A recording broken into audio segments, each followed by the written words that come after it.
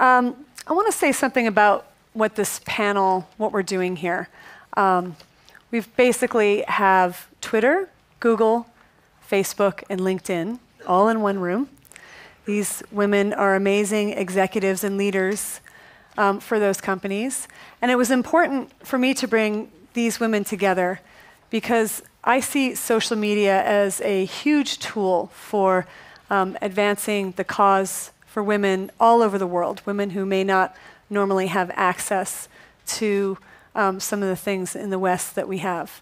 And also, just as entrepreneurs and leaders, we're using these tools for becoming a better leader and communicating and reaching across geographical boundaries to create connections with people that we wouldn't otherwise be able to do. So the other piece of that is we have 3 of our panel members here are in the areas of learning and development.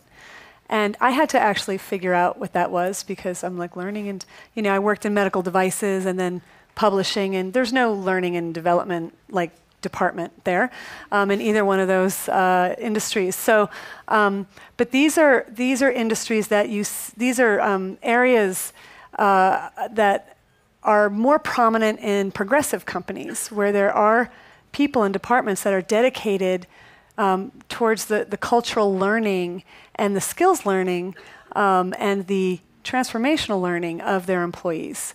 So we have 3 people here. I'm going to let them all introduce themselves, and then we have one woman here who's a little bit in that realm as she works with LinkedIn, with Facebook, but her main job is actually global strategy.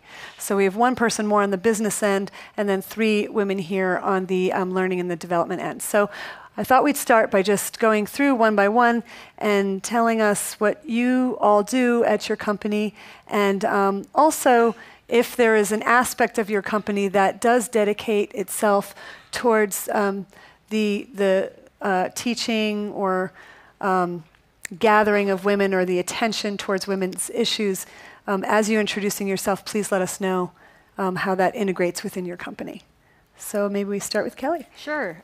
So my name's Kelly Palmer, and I work for LinkedIn. And so a little bit of background about me. I've been in the high-tech industry for over 25 years now.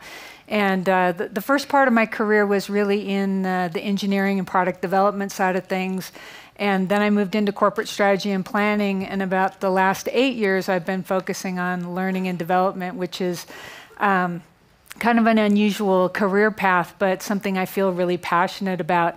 And about a year and a half ago, I was actually running learning at Yahoo, and I got a call from LinkedIn, and they wanted to start a learning organization from the ground up. And I just thought, what an amazing opportunity, because LinkedIn has, I think, a really unique culture, and it was a really unique opportunity to start something from the ground up with a company that really has some unique culture and values, especially around transformation. So we talk about transforming self, company, and world.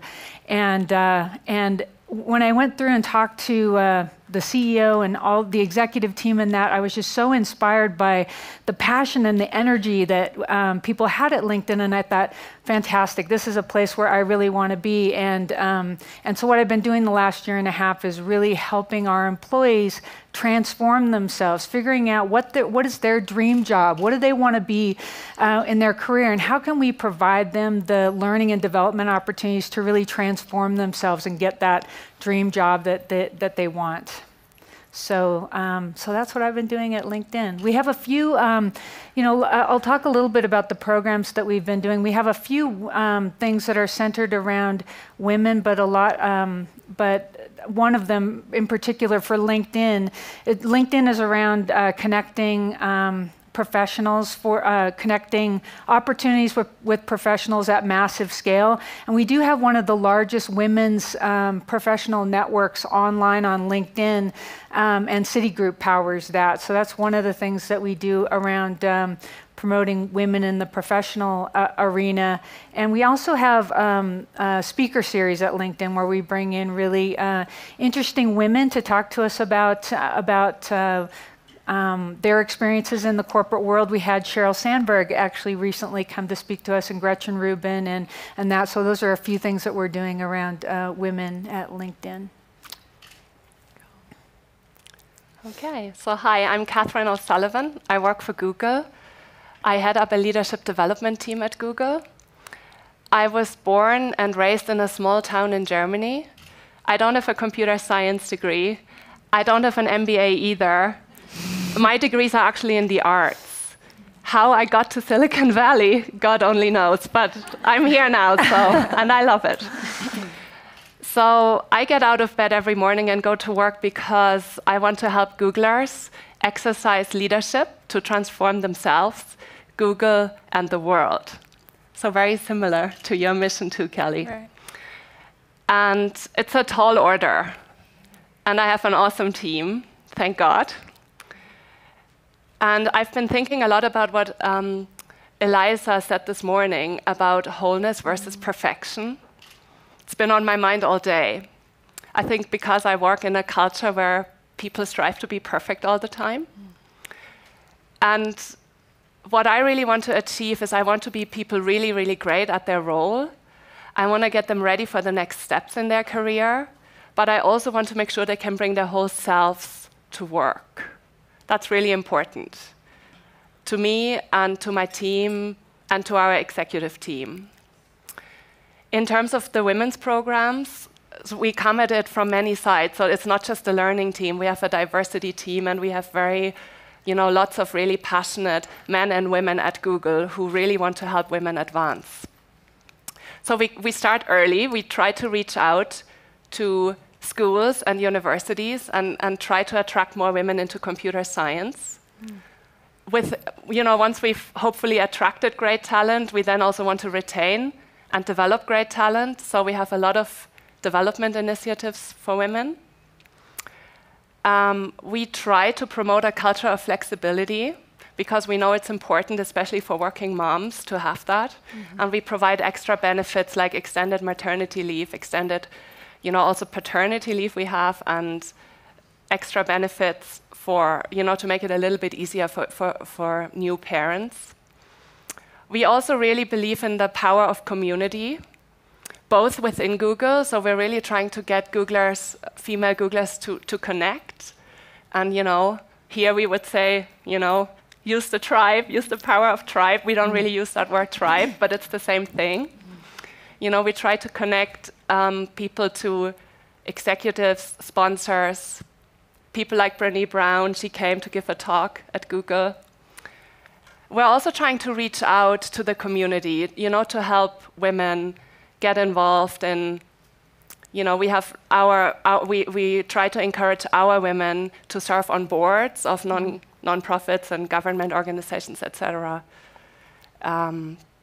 So, the really big topic at the moment is, trying to make unconscious bias conscious within Google. So really trying to educate Googlers, men and women, how detrimental unconscious bias is, what a big barrier it is for the advancement of women and other minorities. So we're trying to take away the power by making the unconscious conscious. So I'm sure there's more, but that's about it for now. There's going to be more. Wow. Okay. Hi, everybody. My name is Melissa Daimler, and I head up org effectiveness and learning at Twitter. And what that means is that we not only work on helping people develop and figure out ways to become more effective as people, but also figure out ways that we can help the organization be more effective in the business overall. I've been there for a year and a half. I started when there was about 700 employees, and we have about 2,200 now. So we've grown quite a bit since I've been there. And it's been a ton of fun. And what I got really compelled by, Kelly and I have similar stories, and we started around the same time, is just the fact that a company was even thinking about learning when we weren't even at 1,000 employees yet. And our CEO is pretty passionate about it. A lot of the executives are really committed that we have a learning organization. And so to start that not only from the ground up, but at a time at the company where we had an opportunity to kind of put some organizational practices and habits in place was just a huge, huge opportunity. I think one of the other things I know you had asked us was just what has resonated with you so far in the conference, and I've just been so inspired by all the speakers. And if I were to sum it up, I think it takes courage to get into the arena every day and get your ass kicked. And we also know that when you get your ass kicked, that's where the juice is. That's where we grow, that's where we develop. That's where we figure out how we can do even better. And I consider work as that arena for me. And some days I get my ass kicked more than others. But it just, all the things that we're talking about here and that we're learning here, I feel like is just a powerful context for bringing that into the workplace, and how can we help each other kind of grow inside of that arena. So that's what gets me up every day. We have a few things going on at Twitter. One is called Superwomen at Twitter, SWAT, and it's a group of women that get together. And actually a few brave men, and we, for a couple things, similar to what you guys shared. One is just to network and connect and talk through some of the things that people are going through. And the other is to learn, to learn new skills and figure out how we can support each other. We also have speakers come in. We had Madeline Albright, who just came in. We share a lot of the same speakers, I think. We're all neighbors. And then we also... on that circuit. Do you what? Yep. Sorry. I'll invite you next time. No, I mean, I need the Madeline Albright. I'm not talking about okay. You don't want to hear from me, but we do. Yeah. Oh, wow. And then we have a women's group that is not just for women, but there's men on that as well. But that's specifically focused on bringing more technical people into Twitter and educating them. We sponsor organizations like Girls Who Code. There were some girls who were at Twitter for the summer, just kind of experimenting and learning different things. So that was pretty cool. And we're experimenting with a lot of other things, but those are the main programs and initiatives that we're focused on right now. Hi, everyone. My name is Deborah Bednar, and I'm at Facebook on the business side. I've been there about 3.5 years. And I lead a global team, and our focus is primarily on helping the world's best marketers connect with their consumers on Facebook. So what are the ideas that can help them be really transparent with consumers? And what's ironic sitting on this couch is that when I started my career about 17 years ago, I actually wanted to be on the learning and development side. So I think it came full circle. I was actually thinking about Accenture came my way, and I looked at the portfolio of opportunities at the company, and I thought, oh, learning and development and change management, that was completely me. And they said, actually, you have really strong math and science scores. We think you should code software. And I thought, I don't know. But I decided to pursue the career coding software because at the time, I really knew, this is back in '96, I knew technology was something that I would want to really learn and understand. So I started my career coding software. Which is a really interesting experience, which I hope we can talk about. And then I moved from working at Accenture to pursue more of my marketing and business background on the agency side for a number of years, and then went to Microsoft. And interestingly enough, when I was at Microsoft, I had the opportunity to do a lot of volunteer work. And I explored a lot of volunteer work in the educational system in New York. And I think just having more exposure to the challenges that the administration and students had, I wanted to do more than volunteer. So I pursued my master's in educational policy, thinking I was going to go to the White House and change the US educational system. But when I was in graduate school, one of the professors that I was in his class, and we were chatting about educational policy, but he pulled me aside one day and asked me a question I wasn't expecting. He said, do you think Mark Zuckerberg and Facebook is doing good things, good work? Is this good for society? Is all this technology good for humanity? And he's like, I think you should research that. And so I spent the next few years focusing my research on whether social is changing the way humans communicate. And it was through that research that made me understand that social is really facilitating and enabling a new evolution of communication, and it's what changed my career trajectory from going to DC to pursue educational policy to going to Facebook. And so it's been a really great experience. I still do a lot of nonprofit work, but just a really interesting career journey. And then even though I'm on the business side, I'm not on the learning development focus at Facebook, I'm really passionate about empowering women. I really want to ensure that everyone's maximizing their potential. And so Facebook, of course, has lots of amazing programs in place for men and women. I think a few of the things that I focus on, there's a women's initiative, there's lots of coaching, and our COO happened to write a book called Lean In. So I was able to lead a Lean In circle last quarter for men and women, which was really inspiring, and just learned a lot from the mentees. And so that's why I'm excited to be here with all of you today and just inspired by all the women and what we're all here to accomplish. Great. So we are going to take Melissa's cue here and dig in a little bit on the content. So we've been here a day and a half, and we've heard from Brene Brown on vulnerability. We've heard from Liz Gilbert on the belief and the use of magic and sort of yielding to the flow and the natural unfolding of things.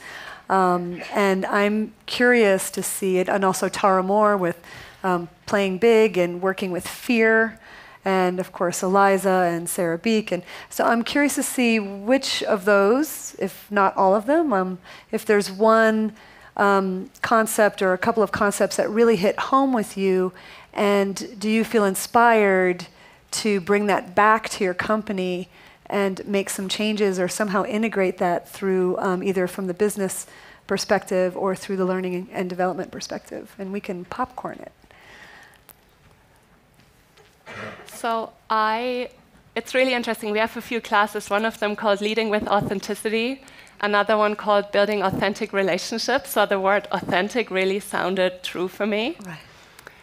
What I found, if I was to sum everything up, you can look at learning and development from kind of two angles, horizontal and vertical development. What I mean by horizontal is basically teaching people skills to get the job done. Teaching sellers to sell better, teaching software developers to code faster, whatever it is, time management, negotiation, change management. And then there's the vertical development. And I think that's what's been neglected in business for a long time. And I think it's high time, we catch up. And what that means is looking at not so much the doing, but at the being. And what is a human being, right? What do I want to stand for as a woman? What do I want to stand for as a leader? What's important to me? And ultimately, what is my purpose? And that's where we can bring all of this into business. We just have to be doing, you call them the Frankenstein steps, right? Right? We have to find our groove. We have to find the right language. We have to test it. We like the concept of launching and iterating, so throwing out products, see how they go, get user feedback. I think that's the way to do it. But really be brave and lead by example. Yeah, I think something else that's interesting about that, and we were talking about it earlier, that Google is a bit more mature than probably some of our other companies. And I know for Melissa and I, a lot of the work that we're doing initially at our companies is about creating some foundational programs that we can then build upon. And I know at LinkedIn, what we're doing is there's a couple of key foundational programs that we put together around onboarding new hires, but more than just about getting them up to speed on the skills that they need to be successful, really concentrating on the culture and values at LinkedIn so that they get a sense of what it means to be at LinkedIn. And so a couple of the things that we focus on, for example, our cultural tenets are around relationships matter, and part of that is compassionate management. And those things are really key to what we do. And if we talk about what the culture and values are that LinkedIn believes in, and we introduce that to employees when they first come in the door, I think that's really powerful. But then the other foundational program we've been focusing on is a foundational leader program, because it's not enough just to inform all employees about about what they are. It's how do you put those things into practice day to day? And that's kind of what I got through the conferences. I see ways that we can build on that, because what we're doing is helping managers understand what does it mean to manage compassionately, and what does it mean that relationships really matter, because that's the core of some of the things that we're doing. And then if we have that foundation, I think we can build on that and bring more programs in that expand on that. Like, how do you be more vulnerable in the workplace? Because that's not really very comfortable. But I think it's key that we bring in some of the foundational things first, and then maybe build on them. A couple of the other thing that we're doing is, I don't know if you guys are familiar with Fred Kaufman, but he wrote a book called Conscious Business, and a lot of our culture and values are based on a lot of his work. And so we're also trying to bring in some foundational learning around that, just to help really get a strong foundation around what we're trying to do at LinkedIn. I'll just build on that, because we are pretty similar. So I had shared before, I think what resonated most was Brene Brown's just the courage to kind of go into that arena every day. And I think that how we're trying to do that is just to cultivate not just trainings and programs, but practices and ways that you can teach. So how do you create a space for, I think we're all doing that, leaders teaching each other, because that when you can co-create, I think the opportunity to develop and to have those skills stick is so much more effective. And just a couple of things that we're doing. I think our CEO leads a management course twice a quarter. That's 6 hours. And it's a great foundation of, what is it to lead and manage at Twitter, and talking through some of the things that you were talking about, Kelly, and our values, and how does that play out in real specific examples. And even, where did I fail? What are my mistakes? What did I learn? I mean, those are the kind of things that we want people to talk more about. And we are kind of creating these learning labs, just shorter, kind of bite-size, smaller ways to learn and come together, learn a few things, and then go out and integrate that into your work. So I think those are just some of the things that we're experimenting with and figuring out as we build, and we're also kind of trying to put in some of the foundational practices as well. For me, there was just so much. I want all of the speakers here to come speak at Facebook. I've already been thinking that they would be so welcome there. I have to say, I work in a culture that I think shares a lot of the themes that we were hearing today. What would you do if you weren't afraid? Fortune favors the bold, fail harder. Those are not just signs that are around the company. Those are really part of the DNA of the culture. And so I'm fortunate to feel like I'm immersed in that. I would say, after coaching and mentoring just lots of women, formally or informally over the years, for me, a few things that I heard today that really stood out today and yesterday. One was obviously all around being your authentic self. There's a lot of women that I'm working with that want to be leaders, and they have the potential and the ability to do so. And I think one of the things I'm trying to encourage is aligning who you are on the inside with how you present yourself on the outside. And when those two things come together, a spark ignites in everyone, because people gravitate toward those that are authentic. And when you're not, people can sniff that out. And so I think it takes a lot of work, though. And one of the things I think Brene had said is that understanding who you are, what you believe, what you think, and then how you act and how you look and how you present yourself, all of these things combined, it's a muscle that you have to work every day. It's not just something that intuitively happens, but putting the work toward that and really being authentic. And I think the piece about vulnerability is obviously very important too. That's the way we all connect when you hear people's stories. So that's part of that as well, and understanding who you are, what's your story, what do you want, how are you dreaming big. And I would also say from Elizabeth Gilbert today, I happen to manage a team of creatives.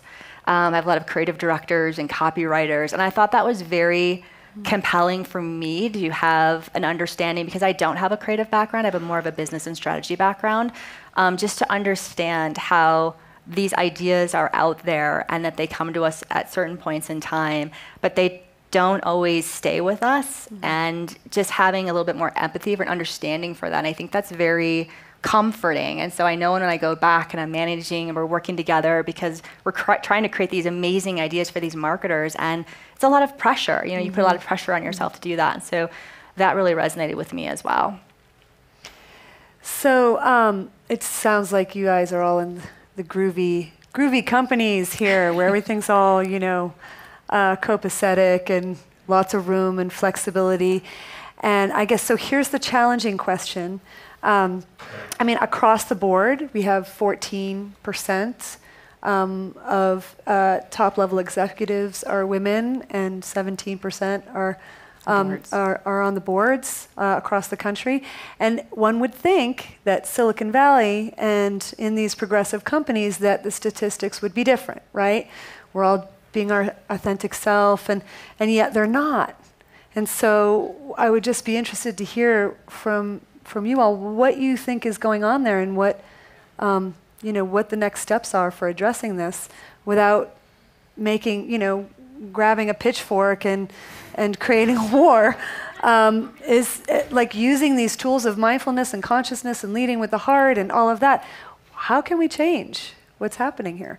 Well, I think, one, it takes time. I mean, on one hand, I would say we've made a lot of progress for women. When I think about even my mother and my grandmother and the choices that they did or did not have, we've grown quite a bit, and that's something to be really incredibly proud of.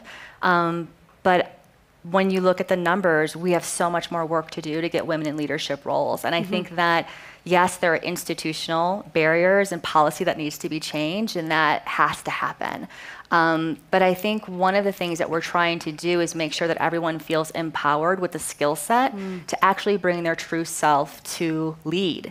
And I think one of the things that just working with my colleagues and just mentoring and coaching, there's the talent. I think, there's small things. I think there are these myths out there. I always say, and this is a little controversial, but I believe meritocracy is a myth. I think that there's this belief that if you work hard, you'll get ahead and you'll advance to where you want to go. And, for some that may be the case, but in most cases, that's just the minimum requirement to do a good job and do your best. It's also, how do you position yourself? How do you step into the spotlight? How do you ask for more? How do you negotiate? And I think, there's been research done that women have this, it's called a tiara syndrome, that, if you do well, you'll get this crown put on your head and all's going to work out for you. And I think that what we're trying to do is really provide women with the skills to negotiate for the compensation that they deserve, ask for the promotion that they want.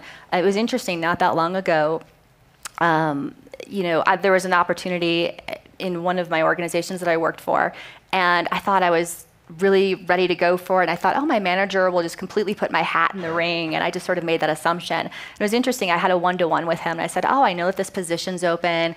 I think this would be something I'm really interested in. And he was really just surprised. He hadn't considered me for the role.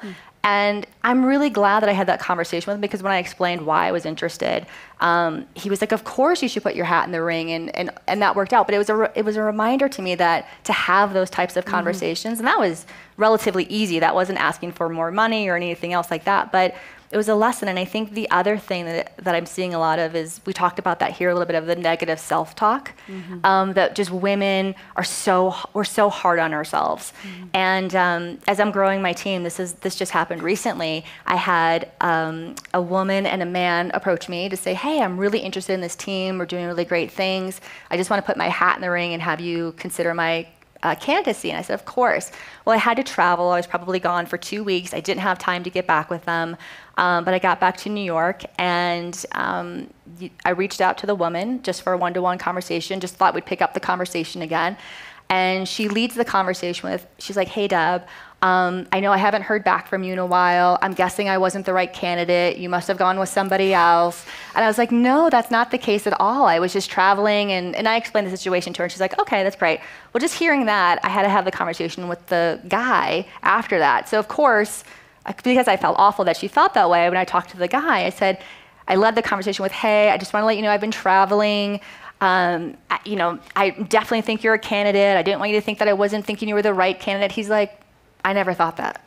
And then I felt foolish for even like saying that, because then what did he think of me? But it was just, I think it's just the way we're thinking about it. There's like, these are the reminders. So, and I actually encourage every woman that I'm mentoring to have a journal. And every time you have a negative thought, like, oh, she's not calling me back because I'm not good enough or I'm not the right fit, to write those things down. Because as you do that and you reflect back, even after a week, you see a pattern and you see those data points don't come true typically. And you're sort of telling yourself a story that isn't even reality. And I think that's a really good exercise, because then people become aware of it. And I just think a positive, confident attitude can help you go after the things that you know you deserve that maybe you wouldn't have gone after before. Yes. I think it's easy to forget that we have really come a long way. I've been in, as I mentioned, I've been in high-tech Silicon Valley for a long time. And I remember when I first started in my career, there were so many fewer women in leadership positions back then. And it was, I remember being at Sun and watching the few women that were there, and that it was a man's world, and they had to play the kind of by the men's rules and that way. And I feel like now I see how far we've come, because I don't feel like it's that way all the time now. And I feel like a lot of the language that we've been using around, relationships matter and compassionate management and things like that, those are things that we would never have talked about, 20 years ago at all. So, and we're seeing that not just with women in the workforce bringing that into the conversation, but we're seeing, male leaders bring that into the conversation too. So I think that that's important to note. And I also think I've observed that men do a great job at networking amongst themselves, and I think that really helps a lot as you're trying to progress in the business world. If you've got a strong network of people to draw upon as you're building out functions and companies, if you have a strong network, that helps a lot. And men seem to do that really well. I'm not sure, and I think we're getting better. But I think those are a couple of things to think about. I also agree that it's not going to be a quick fix, because it's going to be a systems change, right? And we need to empower women to change the system, and we need men to work with us. And I think, it's a no-brainer, right? When you look at the research, that it's good to have a lot of women in leading positions, because it's the companies and countries with women, with a good proportion of women in leadership positions do better. And ethically, it's the right thing to do. I think that's no question, right? And I think we need to, for those leadership teams who don't know that yet, they need to know, right? So that's one piece of advice I would give, just to educate. And the other thing is around teaching women systems thinking and encouraging them to do experiments. So really, what's a piece of the system at the moment that you're always, struggling with and always coming up against, and do some experiments to see how could we do it differently, and do it as a small group, and take time for reflection, right? Like Silicon Valley is so busy, and we just don't stop enough and reflect. And I wish we could do that more, and I'm really trying hard to do that and to implement that with my team as well. Just to see what works, what doesn't work, and then try a different approach. And work on it together. And I think the biggest favor we can do our women, especially women who are and want to be in leadership positions, is to help them find their identity as a leader. Because very often they're being thrown into, okay, you're now promoted, you're now this awesome leader, you're under the spotlight, right? You're being scrutinized for being a female leader, and you don't have enough time to grow into it. It's, again, it's a capacity that develops. It's a muscle we need to practice. And then above all, what's your purpose? What does your leadership stand for, and what does it achieve in the company and in the world? Because if women have a strong purpose, if anyone has a strong purpose, they will love coming into work, and they will do good things, and they will deliver results automatically. So I would just add a couple things,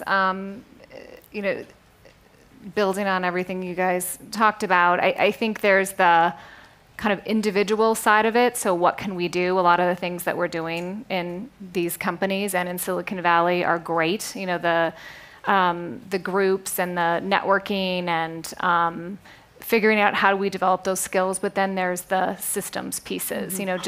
We had talked earlier just about vacation policies and flexible workspaces and times to reflect.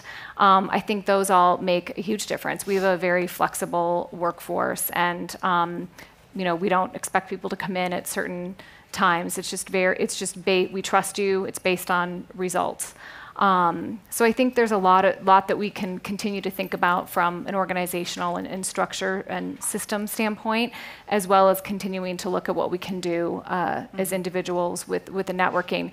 The other thing I will say is that I do get excited when we have these women's groups and men are really begging to join. It's kind of funny.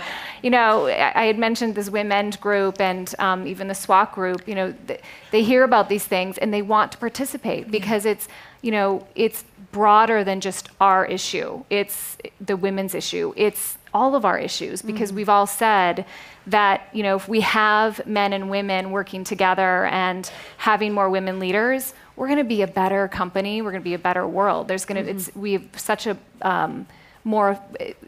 bigger competitive advantage with that. So I love that men aren't kind of looking to us to say, you got to fix this, but rather how do we work together? And there's clearly skills that I think men need to kind of lean into more and leverage more. And there are clearly things that I think women need to continue to cultivate and develop, like Deborah was saying. So I think that's what I love about the spotlight being on this issue, that it's not just women trying to develop women, but it's an organizational and all of our issue together. It's interesting what you said that, women who are coming in to leadership positions and are kind of trying it out and learning. And I just wonder how much acceptance and holding there is of that at the executive level. Because I also know that there's a lot of fear where, I want to be authentic and be myself, but I might be too groovy for this, or I might be too weird, or I might be, if I show who I am, there's the internal self-doubt. Well, people will see me as a fraud, but also my style might not fit into the organization. And maybe more so, this less happens in social media companies, but if you're at a more conservative company, that may be the case. So I'm curious to see if there is in your organization, since you guys are more progressive, there's the dance of women being courageous and saying, I'm going to ask for this, but also is there from the top down, the executive team saying, we're going to take a chance and we're going to hold a really wide berth for mistakes or the learning process or for the Frankenstein, so to speak.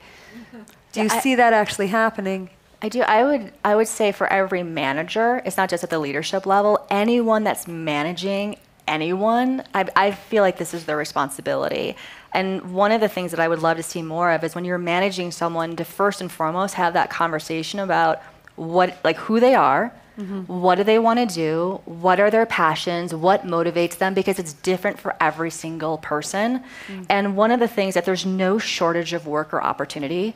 And what's interesting is when you have a team, you can start to scope the work projects with the people based on their interests and passions. That's one way. And that I think really helps fuel people being more comfortable being their authentic selves.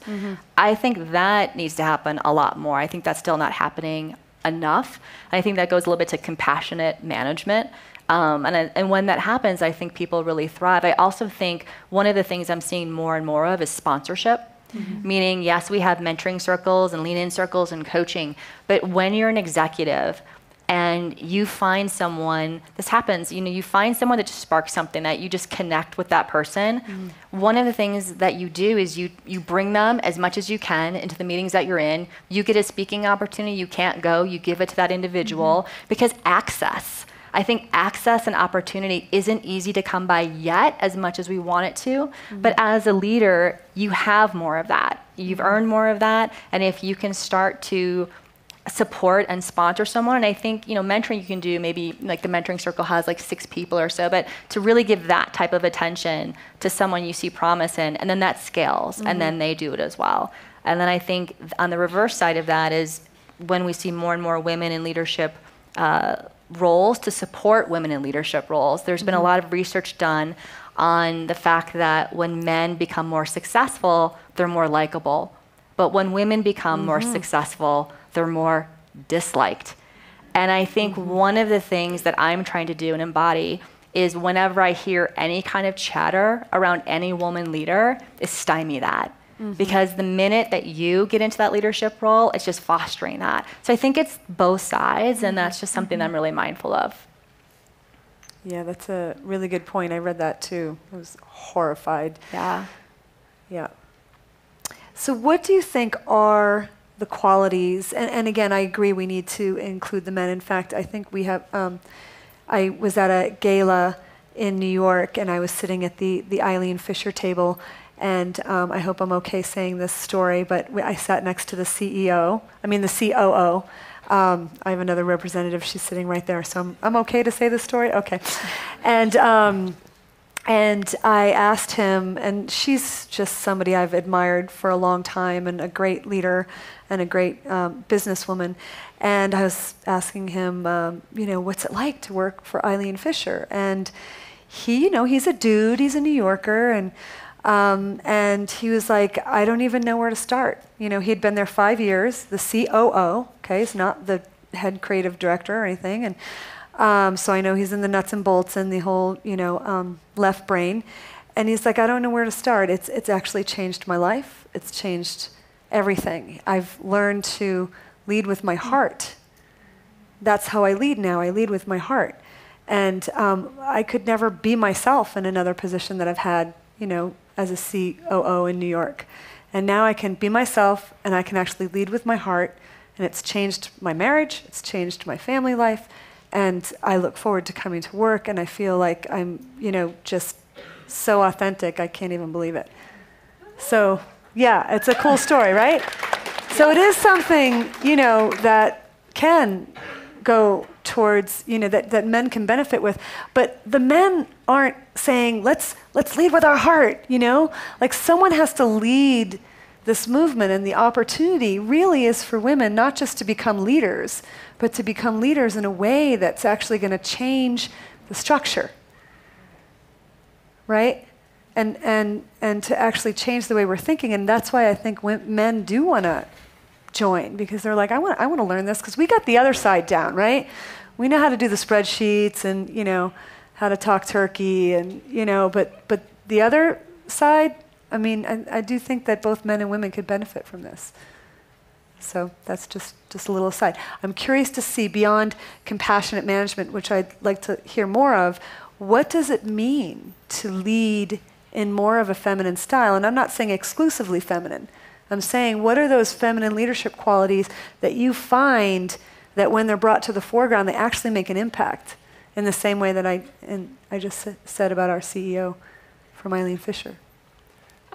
Really it's about how connected you are to yourself, right? And how integrated. And how the better you can connect to yourself, the better you can connect to others. So, maybe a language to use in business is self-awareness, right? Yeah. How aware are you? We use emotional intelligence a lot, because that's now safe, at least in the Bay Area, to use in business, right? And, soon there'll be other things that are safe, Right. And that's, we have to be courageous, right? Somebody said to me the other day, a senior male manager said to me, "You're too corporate to be hippie and too hippie to be corporate." Right. And I was thinking, should I defend? And then I was thinking, no, I'm going to be proud to be the corporate hippie, because that's what the world needs, So yeah.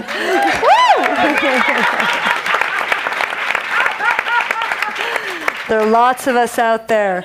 Yeah, I think Google has done an amazing job with the whole mindfulness movement, and they have this program called Search Inside Yourself. Maybe some of you are aware of that. And again, I love it. We actually partnered to bring a pilot program of that into LinkedIn, and I think it's really interesting because there is this feeling that if it's too touchy-feely, that it won't go over well with the employee base, and especially the engineers in Silicon Valley. So there's a whole component of this. Actually, Meng was the one who started it, and there's an engineering component and a scientific evidence that we can talk to our engineers about it so that they'll feel better about what we're trying to teach them around mindfulness. But I agree with you. It's about being self-aware and bringing that into that into the workplace. I think that one of the challenges around that, though, is that it's I think it's really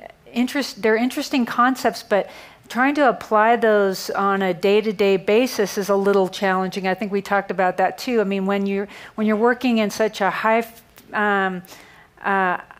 hyper-growth, fast-paced environment, how do you find time to slow down a little bit and reflect on what's happening? And I know at LinkedIn we've tried to ask people to build buffers into their calendars so they're not always running from one meeting to the next, where they actually have time to actually sit back and think about what they're doing before they just schedule their calendar so full. And I think the whole mindfulness thing is around that too. How can you sit back and reflect and really be mindful about what you're doing and have mindful conversations and that. So I think it's happening. It's starting to happen slowly. It will take some time.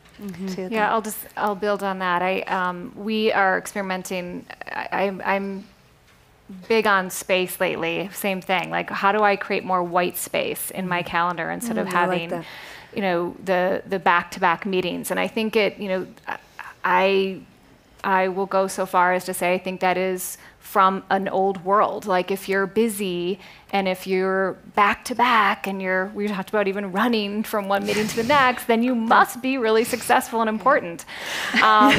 And I used to have an old mentor who used to say, is anybody dying? Because unless that's the case, we're all good. You can kind of go away for a day and be offline. And so just this whole idea of creating space and reflection time, I think, is so important, because you can't be self-aware if you don't create that space. And so we're experimenting. Actually, the engineering group started this, but we're experimenting with things like no meeting Thursdays.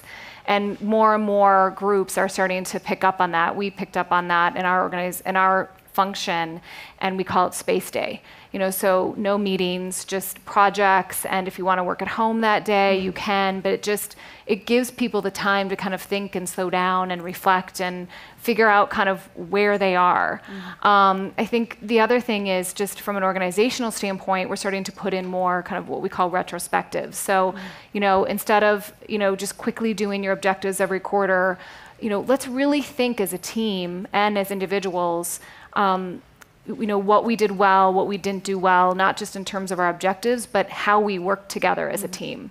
So it's an organizational practice that we're trying to really integrate in. And I think more of those kinds of things will help create that space to reflect and to be more self-aware and to kind of, become the leaders that we're and be more connected too, and be more connected to ourselves and to others. I love the connection piece. That's one of the things that we've been doing a little bit more as well. One of the things that I started with our New York team was having everyone on the team share what their passion was. And then we did a team outing around that. So one person chose spin cycling. So we did that. Some people liked it, some people didn't. One person was really into making cupcakes. We did like a cupcake class. One person was really into open mic nights. We did that. That was a really interesting way to have people express themselves, like what matters to them. And what's amazing is that even if it's out of your comfort zone, like someone didn't want to go to Soul Cycle and do a spin class, but I think they appreciated the experience. They got to know their colleagues better. And that was just a fun way to get people to connect, which I think worked really well. Cool. So it's interesting that we have these 4 companies here today. And I wanted to ask if we could talk a little bit about competition, because this is something that I feel is some kind of, I don't even know where it's coming from. In my darkest self, I feel like it's an idea that's been created by the patriarchy, that women are competitive and let's pit them against each other. And but I have never felt that. I actually, it's just not in my DNA. I've always felt when I see a woman rise, I'm like, go girl, and it gets me all excited. And in fact, most of the women I know are very supportive. And so I'm just curious to see if you've actually felt that as executives in your company, if you see that, and if not, what instead do you see in that arena? And it's interesting that we are with 4 competitive companies here, and part of me feels like if we had the CEOs of each of the company here, it would not be as comfortable. And yes, Kelly, I like what you said. And Deborah, yes, I agree with Deborah. Yes. And we've shared things. And, there's a lot of connection happening here. So maybe you all could speak to that a little bit. Yeah. Do you want to go ahead? I think on the women's issue, I think we're all in agreement that we have to solve this together, right? Yeah. I mean, for example, Lean In, which comes from the Facebook COO, we're sponsoring it. Google is a corporate sponsor of Lean In, and so is LinkedIn, yes, right? And we have Lean In circles at work at Google. So I think we know we have to stick together.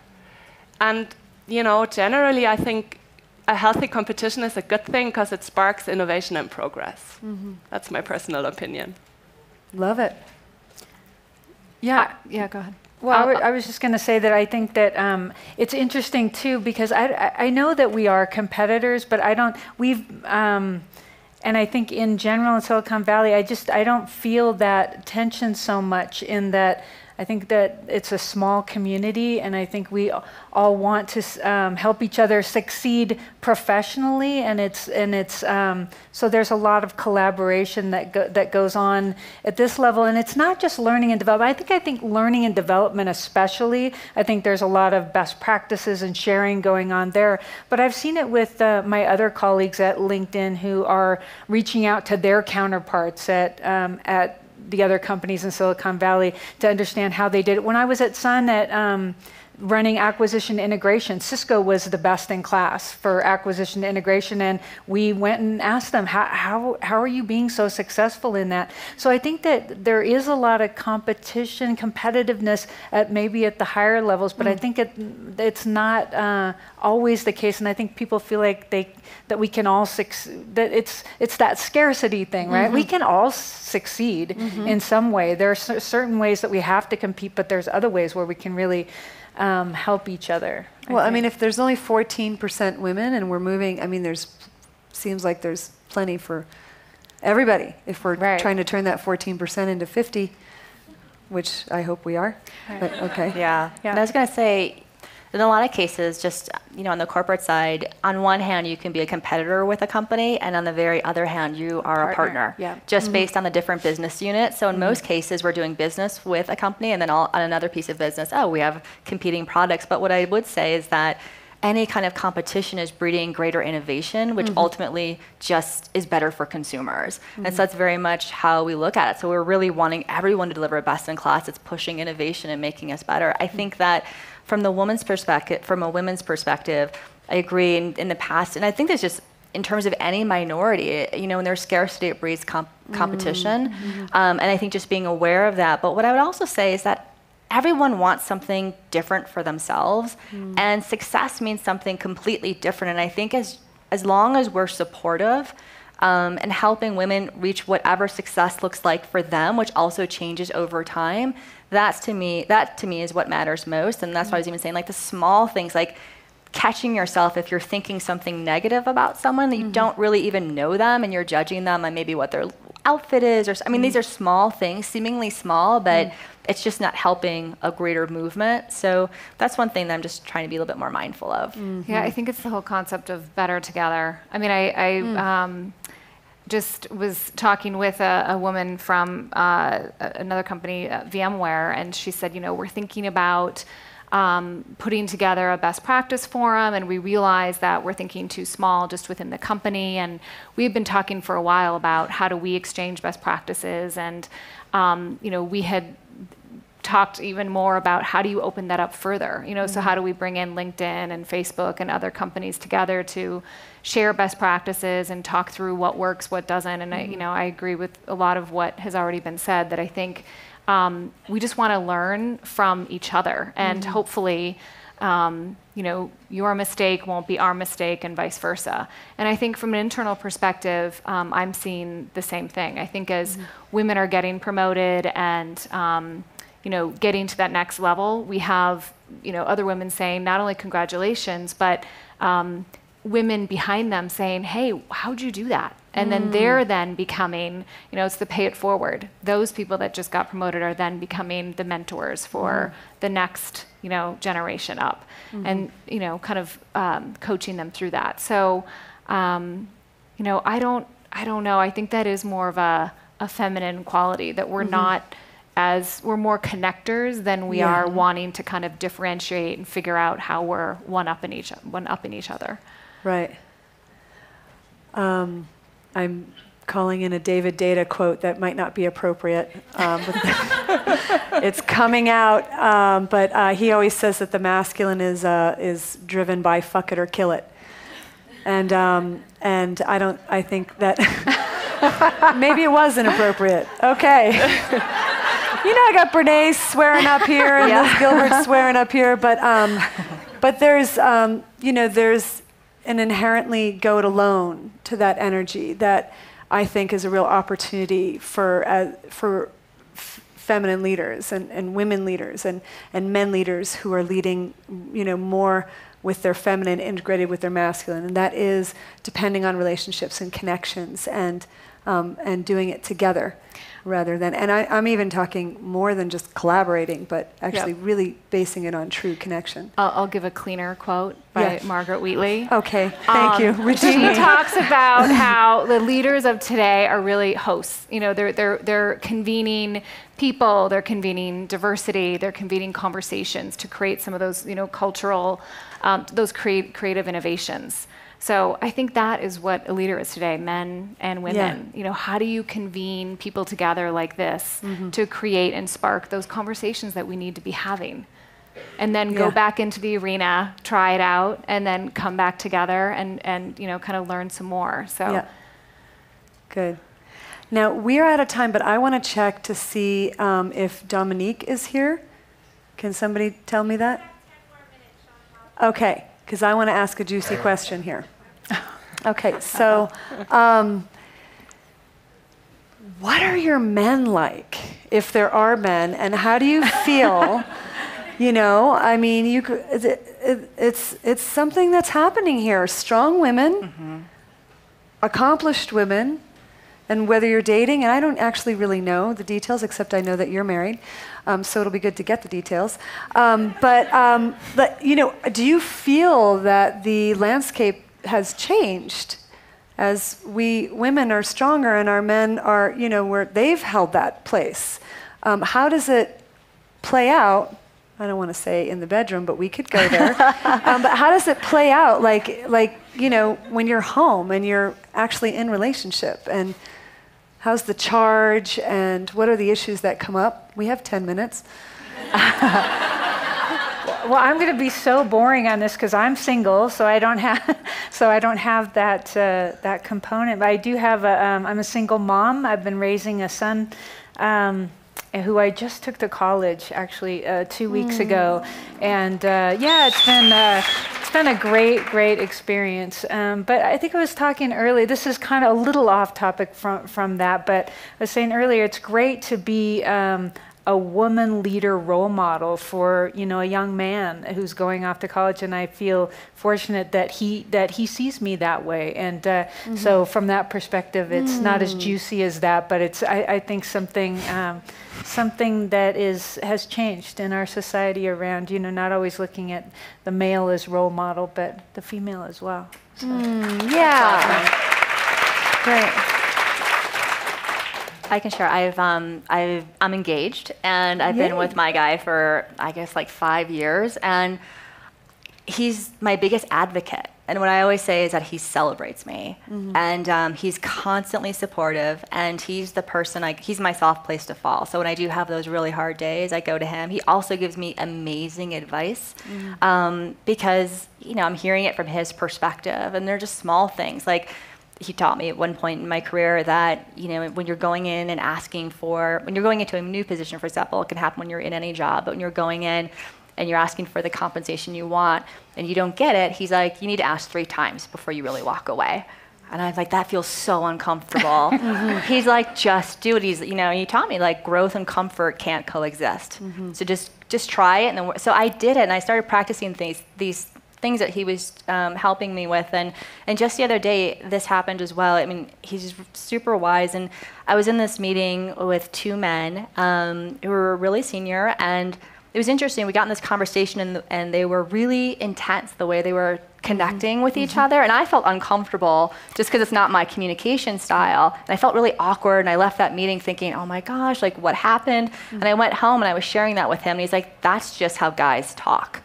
And he's like, you know, but what's interesting is more women like you are at the table, I think the communication will evolve. The way that they were speaking, the tone that they were speaking, which made me feel not super comfortable. He's like, you will help change that because you're at the table. So these are the things that, you know, he shares with me that I think is just invaluable. So it's really special. Nice.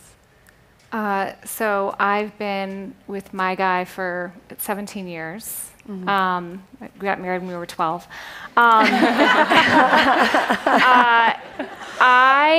So what I can say is that he has always seen something bigger for myself than I have. He's always been the person to, like, when I first was thinking about, I worked at Adobe for many, many years before this. When I first got offered that position, I was like, oh, you know, you always have this, I think women especially have this fear of, well, do they really know my background? Like, really, you want me? Like, really? Like, is my experience good enough? And he was like, what are you talking about? Like, you kick ass. Like, what? You know, he's always that, the huge advocate for, and just this bigger vision for me than I can ever imagine, that I've kind of slowly stepped into as we've been together. And I would say that, you know, because we got married so young, and we actually met in a self-development seminar. So it's like our whole, like, foundation is based on, you know, communication and how do you continue to grow. But we, you know, we grew together. You know, even though, you know, we got married in our 20s, there's so often when I hear some friends who their relationship isn't working out anymore, you know, they kind of go their separate ways. But we gave ourselves the freedom to kind of go and then come back and go and come back as we were learning. And it's just, you know, we've just had a stronger relationship every year. So enough so that we were able to go sailing for 14 days together in a sailboat recently. So that's a test. Yeah, that was a test. So I'm divorced, and it took me a long time to get back on my feet. I was single for 5 years, and I often got the feedback from men that I'm intimidating. But there's a happy ending. I met someone in February of this year online. Yay to the internet. Yay. He's awesome. You know, he's really comfortable in his own skin. He's got the biggest heart, really non-judgmental, full of possibilities. That's what I love the most. Whenever I say, can't figure it out, he will tell me I can do it. And I think the rest I can't really share on stage. That'll be for the dinner circles. My dinner circle. You're fortunate. Well, I see that our Dominique is here, so we're going to have to end the panel. Thank you very much, ladies. And